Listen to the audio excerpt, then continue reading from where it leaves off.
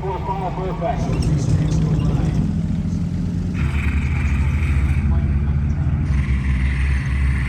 Can't go way around by yourself.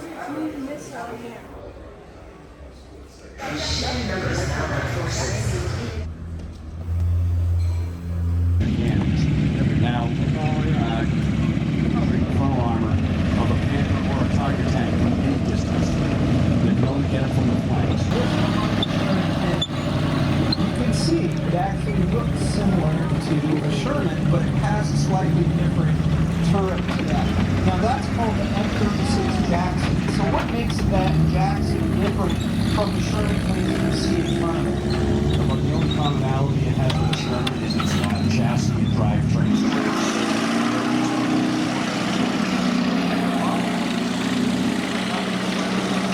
For the convoy, they stopped it at all without wanting to only go 50 miles. 54410. Load 1 round, AG. Hold before fire for effect.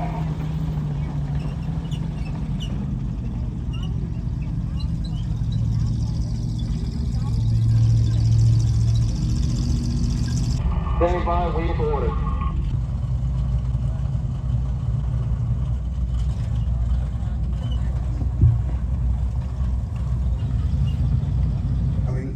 Later in the war, earlier in the war, when the war started, the 37mm gun was.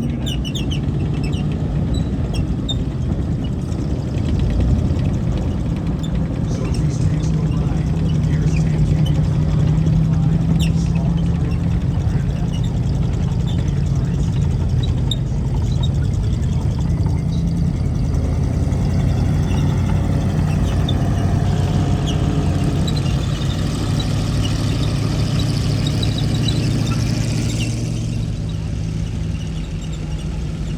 Now, behind the Stewart tanks comes our M3 white half-track. It's used to move our armor. Combat tanks.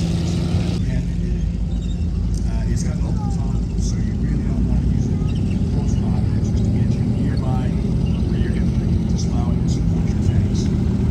Now coming up behind the Stewarts, that's a half-track.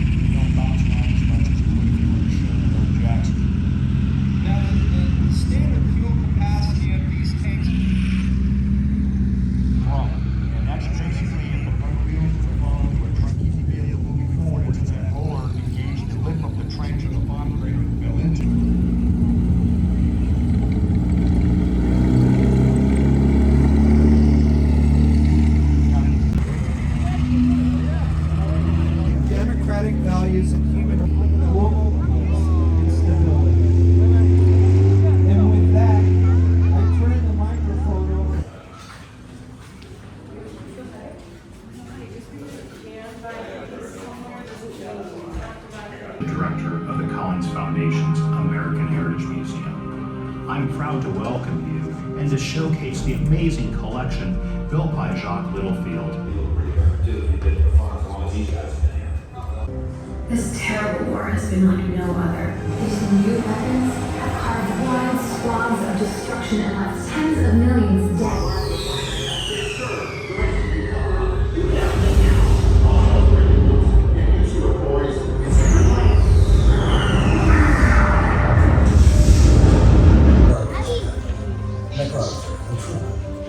But none will have a greater impact on the world to come than a Austrian corporal who survived years of shelling and gas attacks.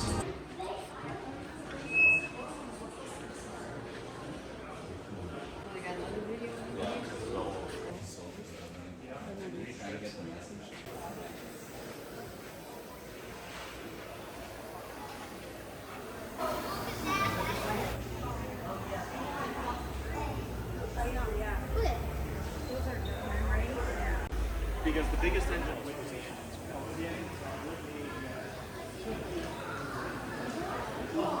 go right around by yourself.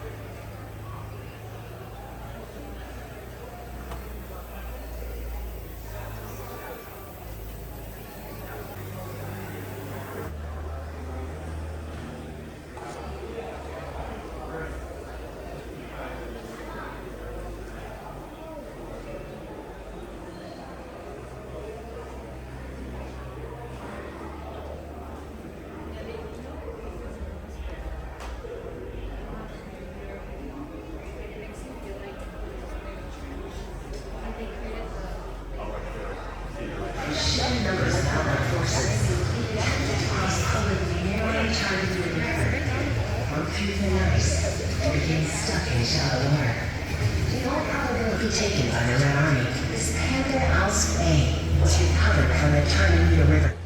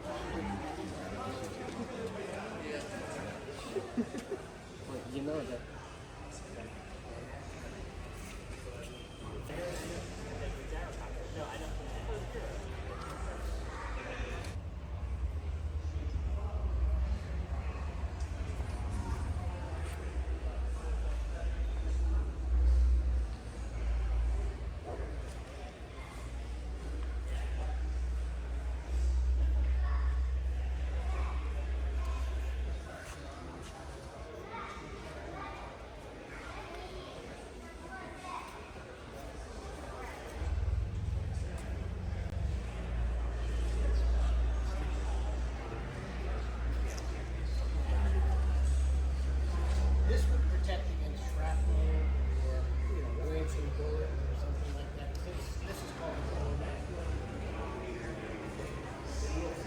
Got a piece of the Twin Towers over here too.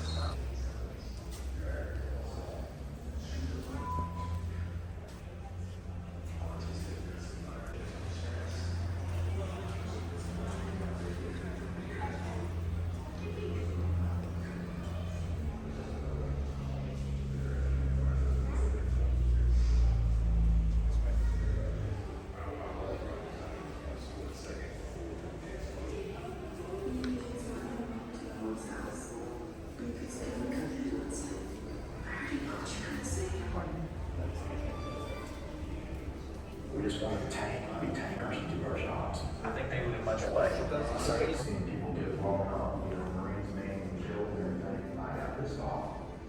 And I was like, what are we doing? I got sealed it. I heard it. And everyone's going down the street. That I was told. And it's like, it was being figured over 5 days or less. Really. Considered a career now.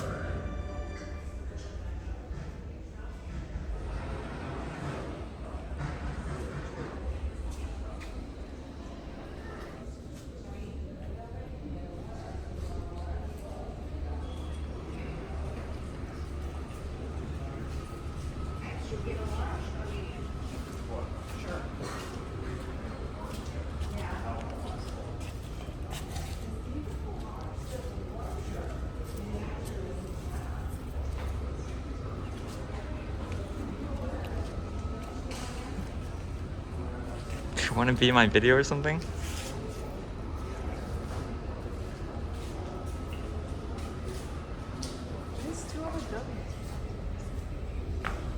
I mean, this is the main building.